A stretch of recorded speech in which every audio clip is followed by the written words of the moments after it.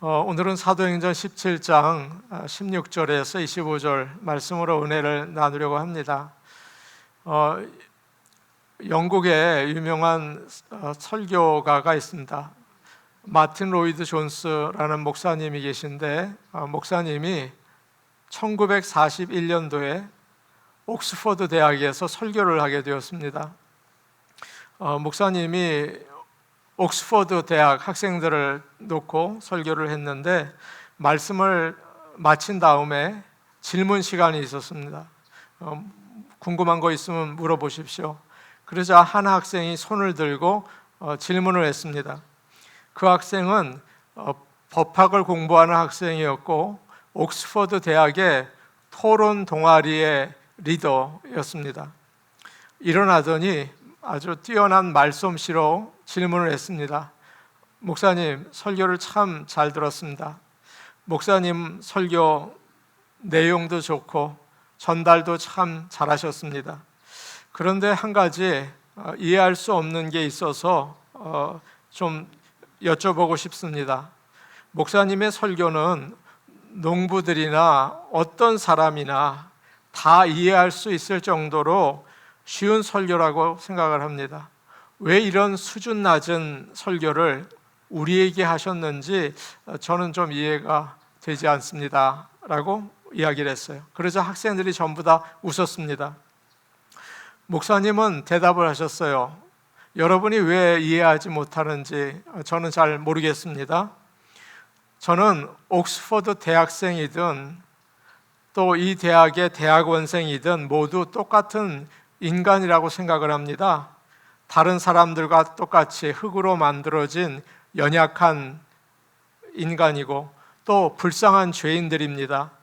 그래서 농부든지 노동자든지 대학생이든지 다 똑같은 말씀이 필요하다고 생각을 했습니다. 그래서 일부러 그렇게 전한 겁니다. 그러자 학생들이 박수를 치고 그 다음부터는 더 말씀에 귀를 기울였다는 이야기가 있습니다. 종교개혁자 마틴 루터가 이런 말을 했어요. 나는 설교할 때 의사나 판사가 많이 이 자리에 있어도 하나도 신경 쓰지 않습니다. 나는 오히려 종들과 어린아이들에게 내 눈을 맞추고 있습니다. 만일 그들이 알아들을 수 있는 말씀을 나는 전합니다. 만일 많이 배운 사람들이 내가 전하는 말씀에 마음에 들지 않는다고 한다면 문은 열려 있습니다. 언제든지 나가셔도 괜찮습니다 라고 이야기를 했어요. 사랑하는 여러분, 오늘 말씀은 바울이 아테네에서 똑똑하고 많이 배운 철학자들에게 복음을 전한 이야기입니다. 당시 최고 수준의 지식을 자랑하는 아테네에서 갈릴리 나사렛이라는 이름도 없는 시골에서 시작된 예수 그리스도의 복음이 과연 통할까요? 오늘날은 어떻습니까?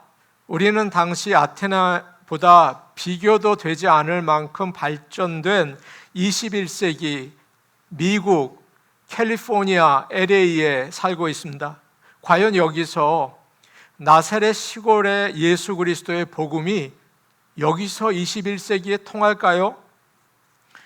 오늘 말씀은 복음이 어느 시대 아무리 뛰어난 지식과 과학과 기술과 문화보다도 비교할 수 없는 최고의 지식이고 최고의 진리라는 사실을 말해주고 있습니다. 사랑하는 성도 여러분, 하나님의 말씀, 복음은 최고의 진리입니다. 최고의 지식입니다. 그것을 아시고 담대하게 복음을 증거할 수 있는 모든 성도들이 되시기를 축복합니다. 아멘. 바울과 전도팀은 베레아에서 사람들에게 복음을 전했는데 사람들이 너그러운 마음과 간절한 마음으로 복음을 잘 듣고 믿음을 가지게 되었습니다. 그런데 데살로니가에 있었던 유대인들이 그곳까지 와서 또 소란을 일으키고 복음을 전하지 못하도록 방해를 했습니다. 그래서 바울은 실라와 디모데를 놔두고 혼자서 배를 타고 200마일 정도 남쪽에 있는 그리스 아덴이라는 곳으로 가게 되죠. 아덴은 오늘날 그리스의 수도인 아테네입니다. 여러분 아시죠? 철학과 민주주의가 시작된 곳이에요. 소크라테스, 그의 제자 플라톤, 그의 제자 아리스토텔레스가 태어난 곳입니다. 그래서 그 당시에 부모들은 모두 아이들을 아덴으로 유학 보내고 싶어 했습니다. 바울은 실라와 디모데를 기다리다가 이 큰 도시에 왔으니 어디 좋은 게 있는가 한번 둘러보고 싶었습니다. 그래서 여행 온 사람처럼 도시를 둘러봤죠. 아덴은 훌륭한 건축물들이 되게 많습니다. 아덴에는 당시에 6만 명이 앉을 수 있는 경기장이 있었어요. 여러분, LA에 있는 다저스 스테디움에 몇만이 앉겠습니까? 5만 6천석입니다. 다저스 스테디움보다 더 큰 경기장들이 있었어요. 그리고 그곳에는 미술관과 뮤직홀과 그리고 학교들이 있었죠. 그런데 둘러보다가 깜짝 놀랐습니다. 온 도시가 우상으로 가득 차 있는 거예요. 셀 수 없이 많은 신전들과 신상들이 있었습니다. 제우스, 아폴로, 비너스, 신들의 모습을 사방에 만들어 놓았어요. 여러분이 오늘날 그것을 보면서 정말 귀한 예술품이구나 라고 생각하는 것들이 모두 우상들이었던 것입니다. 그들은 해와 달, 산, 바다, 사람, 음악, 술, 지혜 모든 것 안에 신이 있다고 믿었습니다. 그것을 범신론이라고 해요. 우상의 수가 사람의 수보다 많았어요. 바울은 그곳에서 받은 첫 인상을 이렇게 이야기하고 있습니다. 오늘 말씀 16절 말씀인데 우리 같이 보도록 하겠습니다. 16절 말씀이에요. 시작. 바울이 아덴에서 그들을 기다리다가 그 성에 우상이 가득한 것을 보고 마음에 격분하여 그는 아덴을 돌아보다가 화가 났어요. 도시의 아름다운 건축과 조각들이 많았지만 전혀 감동적이지 않았습니다. 하나님이 사람들에게 주신 기술을 가지고 우상을 만들고 거기에 절하는 모습을 보니까 너무 속이 상했습니다. 세상에서 가장 뛰어난 도시가 이럴 수밖에 없나? 세계에서 가장 교육을 많이 받았다는 사람들이 어떻게 하나님을 모르고 이렇게 죄를 짓고 있나? 마귀가 조종하는 대로 사는 모습이 너무나 안타까웠던 것입니다. 어느 분이 바티칸에 있는 베드로 성당에 가셨습니다. 너무나 많은 조각들과 그림들이 그 안에 가득한데 전부 우상처럼 보이더라는 거예요. 하나님의 이름을 가지고 그냥 이것도 만들고 저것도 만들고 너무도 많이 만들어 놓았어요. 예전에 할러데이 때 저는 가족들과 함께 가까운 산에 갔습니다. 거기에 산 꼭대기에 기념품 파는 가게가 있더라고요. 들어가 봤습니다. 그런데 들어가 보니까 정말 이상한 물건들이 많더군요. 다른 종교의 신들을 상징하는 것들이었습니다. 짐승들, 그리고 향을 피우고 다양한 부적들, 그걸 가지고 다니면 좋다는 거예요.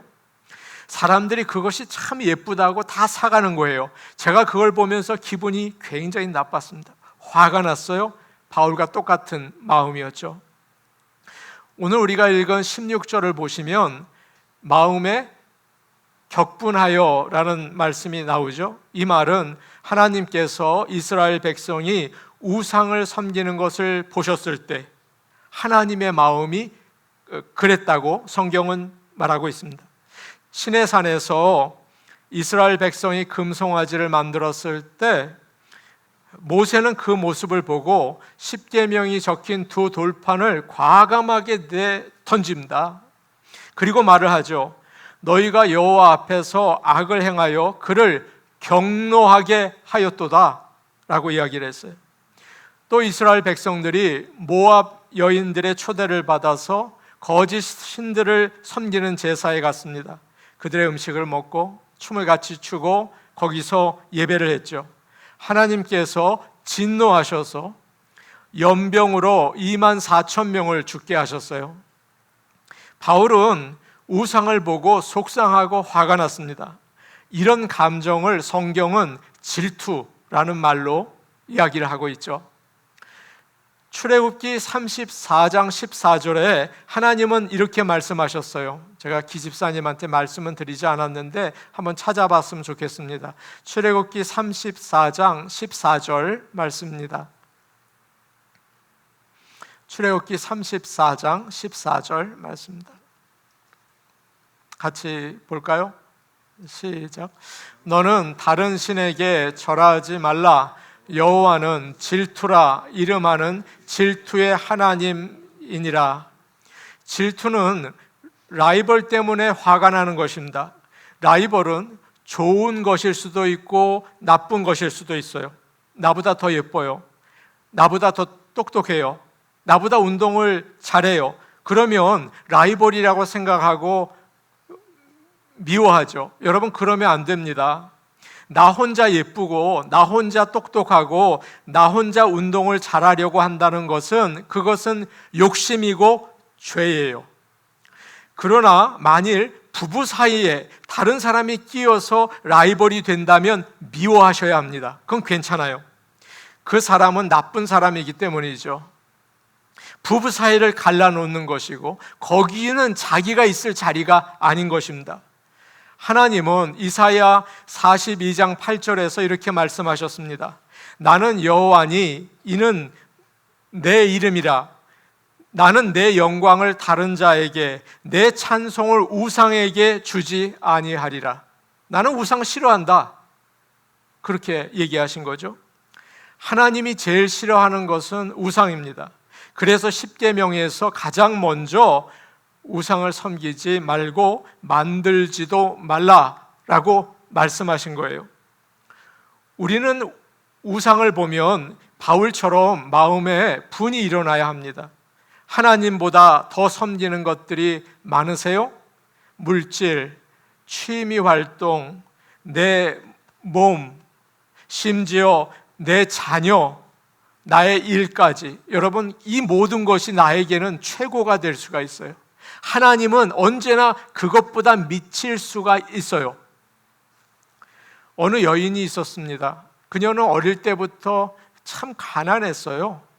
그래서 어른이 되어서는 돈에 자연스럽게 집착하게 되었습니다.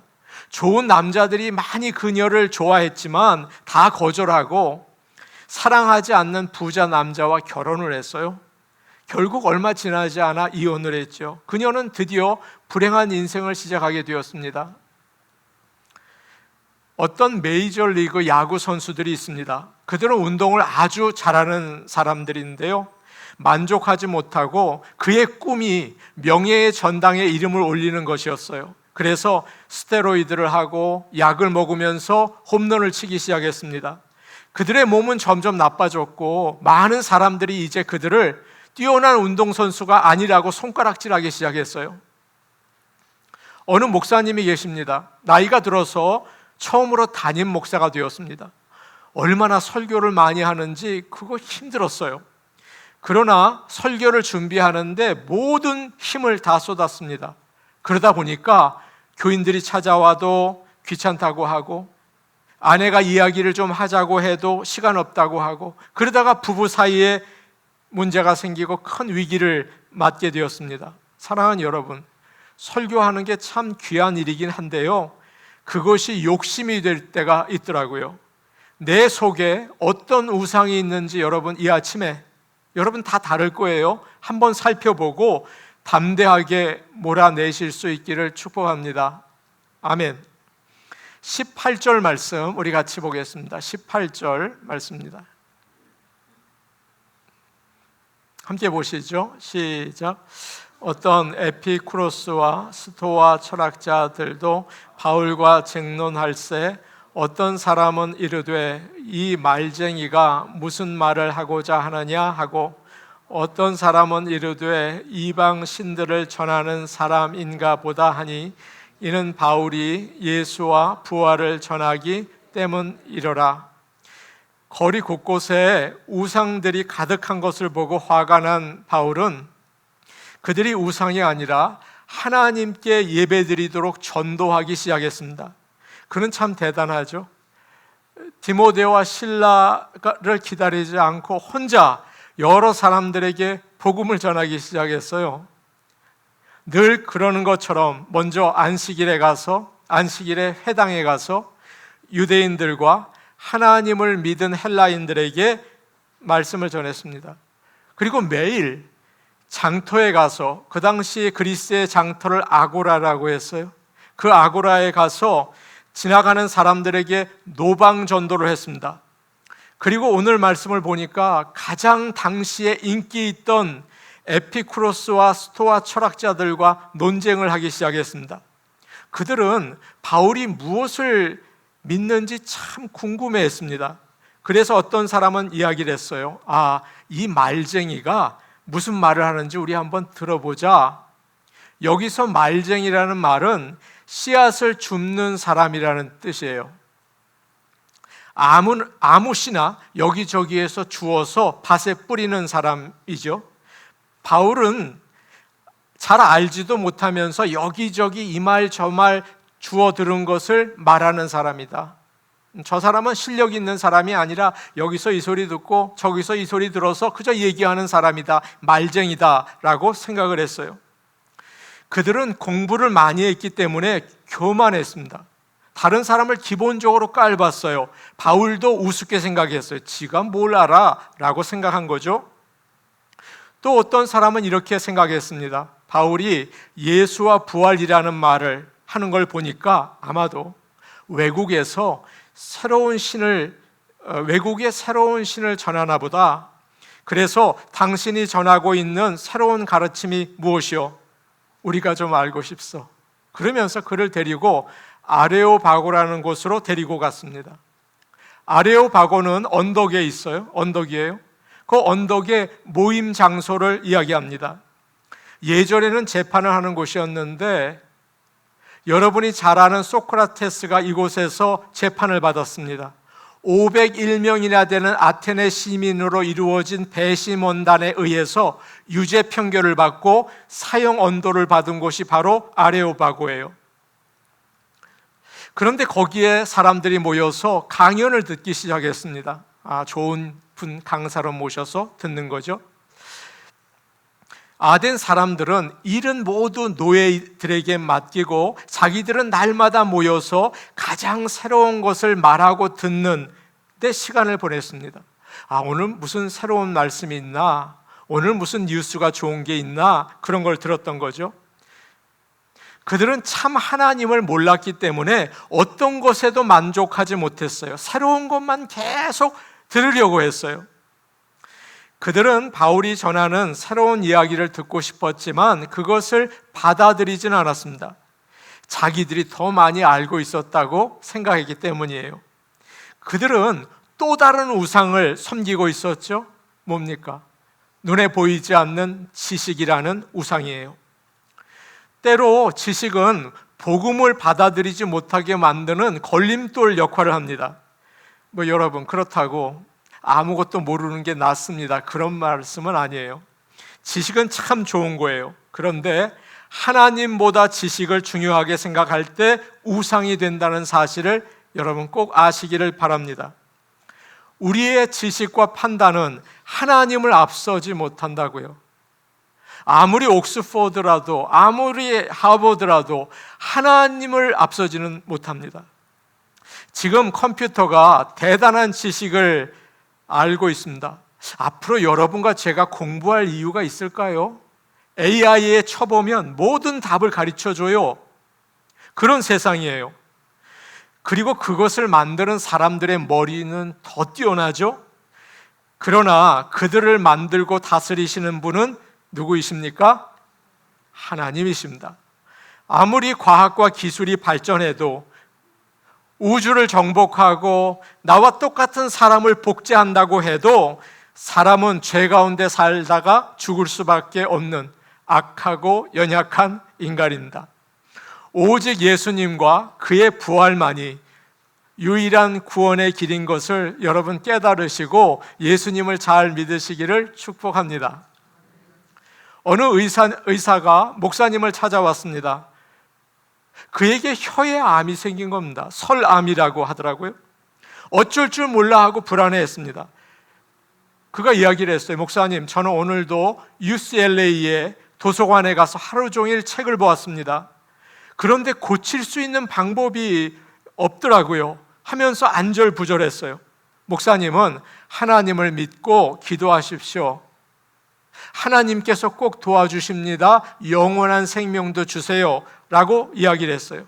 그러나 그는 하나님을 붙잡을 생각은 하지 않고 계속 책과 인터넷으로 지냈습니다. 왜 그럴까요?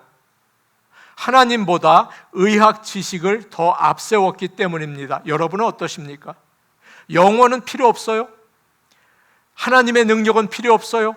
인터넷의 지식과 책이 더 중요하고 닥터가 중요합니까? 그렇지 않다는 거죠. 하나님은 온 우주를 만드시고 우리를 창조하신 분이십니다. 드디어 바울이 아레오바고에서 그 유명한 설교를 시작합니다.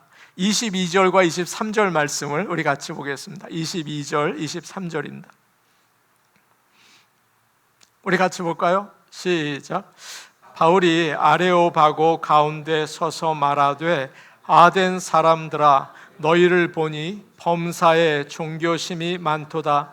내가 두루 다니며 너희가 위하는 것들을 보다가 알지 못하는 신에게라고 새긴 단도 보았으니 그런즉 너희가 알지 못하고 위하는 그것을 내가 너희에게 알게 하리라.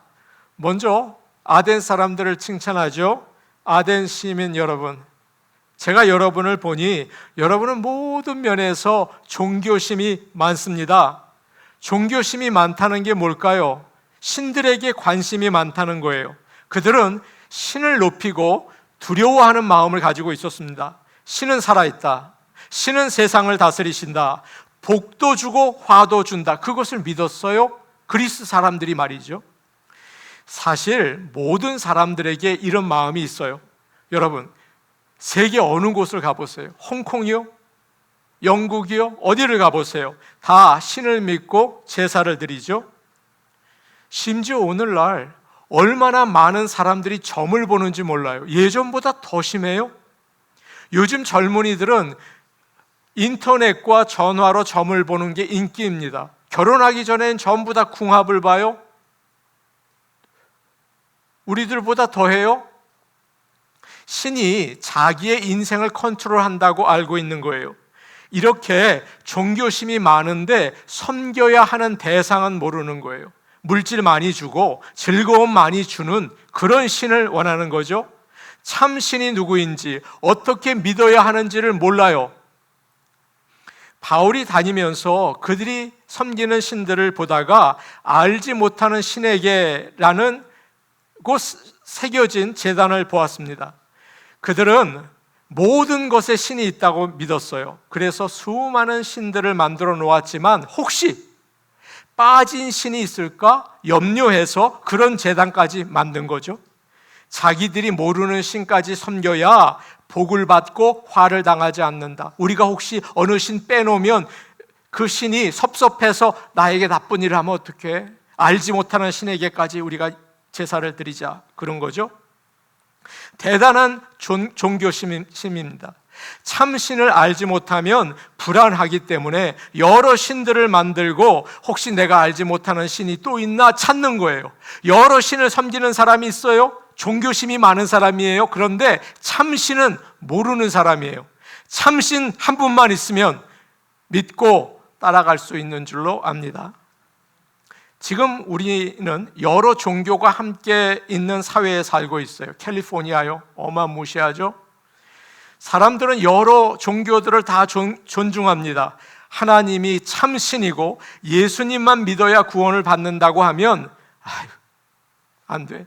너무 싫어요. 속 좁다. 너무 배타적이다. 그렇게 생각하죠. 믿는 사람들 중에도 그런 사람들이 꽤 있어요. 모든 종교에 다 구원이 있다고 말하면서 나는 교회를 선택했다, 그렇게 생각하는 것입니다. 그러니까 그런 사람들은 전도할 필요가 없는 거예요. 설교할 필요가 없는 거예요.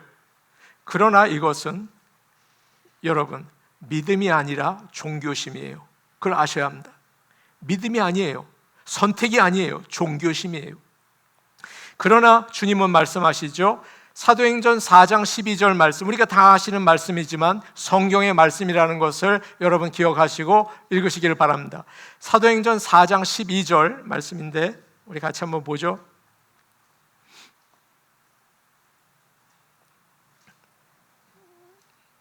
사도행전 4장 12절 우리 같이 볼까요? 시작. 다른 이로서는 구원을 얻을 수 없나니 천하 사람 중에 구원을 받을 만한 다른 이름을 우리에게 주신 일이 없음이라 하였더라. 오래전에 저는 공부를 하다가 기독교와 다른 종교를 비교하기 위해서 가까운 힌두교 사원에 간 적이 있습니다. 그곳에 가서 담당 사제를 만났어요. 제가 깜짝 놀랐습니다. 인도 사람이 아니에요. 캐나다 백인이에요. 거기에는 신전이 있었고 여러 우상들이 있었습니다. 그리고 그는 인도 사람들이 오니까 따뜻하게 맞이하고 예식을 시작했어요. 저도 같이 있었죠. 예식이 끝난 후에 저와 이야기를 했습니다. 저와 나이가 비슷했어요. 근데 더 놀라운 사실은 그분도 기독교 가정에서 자라고 저처럼 목사의 아들인 거예요. 그러면서 저에게 이런 말을 했습니다. 나는 당신을 너무도 잘 이해합니다. 저도 목사의 아들로 자랐습니다. 그리고 저는 지금도 예수님을 믿고 있습니다. 그 얘기를 했어요. 저는 그 소리를 듣고 깜짝 놀랐습니다. 목사의 아들 둘이, 한 사람은 기독교 목사로, 한 사람은 힌두교 사제로 이야기를 나누는데 그거 참 이상하더군요. 힌두교는 여러 신들을 모두 받아들입니다. 그래서 이 사람도 예수님을 여러 신 중에 하나로 믿고 있었던 거예요. 지금 아덴 사람이 바로 이런 모습이었어요. 세상의 사람들이 이야기하는 모든 신을 믿으면서 이제 바울이 이야기하는 새로운 신은 뭘까? 나도 좀 믿어볼까? 그런 거죠. 그들의 종교는 사람의 생각으로 만든 것이고 그 뒤에는 마귀가 역사합니다. 그들은 종교심이 있지만 위로부터 거듭나지 않았어요. 하나님의 은혜를 받지 못했고 예수 그리스도를 구주로 믿지 못했어요. 그래서 아무도 구원받지 못합니다. 그냥 교회에 다닌다고 구원받는 게 아니에요. 종교심이 있을 수는 있어요. 오직 나의 뜻을 내려놓고 예수님을 나의 주인으로 구원자로 받아들일 때 구원받는 것입니다. 이제 바울은 에덴 사람들에게 참신이 누구인지를 이야기하고 있어요. 24절과 25절 말씀 우리 같이 보겠습니다. 24절, 25절 말씀입니다. 함께 보십니다. 시작. 우주와 그 가운데 있는 만물을 지으신 하나님께서는 천지의 주제시니 손으로 지은 전에 계시지 아니하시고 또 무엇이 부족한 것처럼 사람의 손으로 섬김을 받으시는 것이 아니니 이는 만민에게 생명과 호흡과 만물을 친히 주시는 이심이라. 아멘. 바울은 유대인들에게는 구약 성경을 가지고 시작을 했는데 아덴 사람들은 구약 성경도 모르고 예수도 모르니까 그들이 잘 알고 있는 우주와 만물로부터 복음을 전하기 시작합니다. 나중에는 이걸 가지고 그는 후회를 하죠. 그런데 시작을 했어요. 하나님은 우주를 창조하시고 다스리는 분이다. 그분은 어디에나 계신다.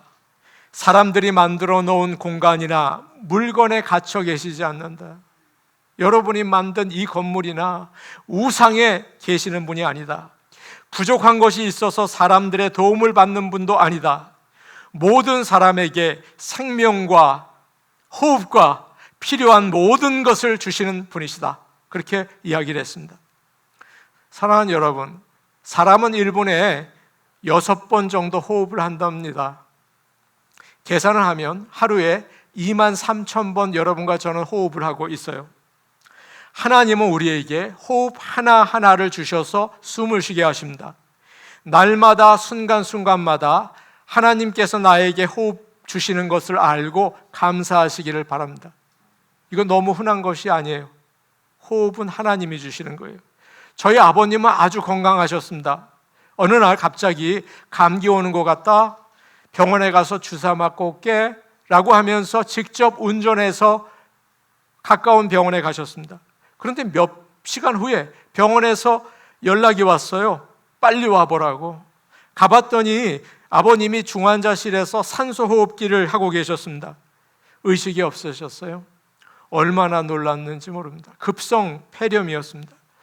아버님은 약과 산소호흡기를 통해서 한 달 사시다가 돌아가셨습니다. 사람은 자기 힘으로 숨을 쉴 수가 없어요.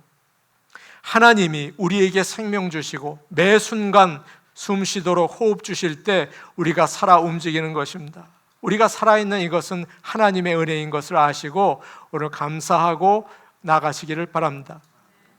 또 바울은 하나님은 멀리 계신 분이 아니고 더듬어 찾을 수 있는 만큼 가까이 계신 분이라고 가르쳤어요. 하나님은 살아계시고 우리 가까이에 계십니다. 우리가 찾고 만나기를 원하세요. 오늘 하나님을 찾으러 오셨습니까? 하나님을 찾고 만나시기를 바랍니다. 아는 여자 청년이 저에게 어느 날 전화를 했습니다. 목사님, 고민이 있어서요. 어떻게 하나님의 응답을 받을 수 있나요? 제가 2주 안에 중요한 결정을 해야 하는데 지금 열심히 기도하고 있어요. 성경도 읽고 있어요. 어떻게 기도해야 되고 어떻게 말씀을 읽어야 하는지 모르겠어요. 제가 기도하는 내용에 맞는 말씀을 찾아서 읽어야 하는 걸까요? 제가 대답을 해 주었습니다. 그럴 수도 있지. 그런데 나는 그냥 순서대로 읽어. 하나님은 어떤 말씀이든지 그 말씀을 통해서 나에게 말씀하시니까, 그리고 기도는 나의 처지를 그대로 말씀드리면 돼. 어떻게 해달라는 기도보다 있는 그대로, 하나님 2주 남았어요. 아주 중요한 일이에요. 어떻게 해야 될지 좀 가르쳐 주세요 라고 이야기 드려. 그러면 기뻐하시고 반드시 응답하셔. 그러니까 이렇게 얘기했어요. 목사님에게 고민을 이야기하고 조언을 받으려고 했는데 먼저 하나님께 할게요. 전화를 끊었습니다. 하나님은 가까이에 계신 분입니다. 여러분에게 한 가지 팁을 드리고 말씀을 마치려고 합니다. 기도할 때 기도가 안 될 때가 있습니다. 어떤 분은 매일 안 된다고 그러십니다. 그럴 때 절대 물러서면 안 됩니다. 중얼거리십시오. 중얼거리셔야 돼요. 얘기를 하십시오. 그저 하나님, 오늘 제가 기도가 너무 안 되는데 이거 어떻게 하면 좋습니까? 라고 얘기하십시오. 계속 얘기하다 보면 열릴 때가 와요. 그걸 기도의 줄을 잡는다고 합니다. 성령이 붙잡으면 그 다음에 기도가 시작이 되는데 내가 기도하는 것 같지 않다고요. 그러면 기도하다가 내가 내 안에 성령이 있는 것을 체험하게 돼요. 아셨죠? 멈추지 마세요. 밀고 나가셔야 합니다. 그럴 때 하나님이 내 가까이에 계신 것을 체험할 수가 있어요. 지난 주일 예배 후에 노방전도를 나갔습니다. 100도가 넘었어요. 엄청나게 더운 날이었는데 기쁘게 나갔습니다. 모두 8명이 나갔는데 2팀으로 나눠서 항공마켓에서 시온마켓과 한남 체인 앞에서 전도지를 나눠드렸습니다. 어떤 분들은 잘 받으시고 어떤 분들은 싫다고 고개를 흔들며 가셨어요. 어떤 분은 예배 드리고 오는 길이라고 하면서 수고 많으세요 라고 웃으셨는데 얼마나 큰 격려가 됐는지 모르겠습니다. 어떤 전도든지 예수님께서 우리에게 하라고 명령하신 겁니다. 열심히 하기를 원합니다. 노방전도도 하고 믿지 않는 부모님, 배우자, 나의 자녀, 친구에게 관계 전도도 하십시오.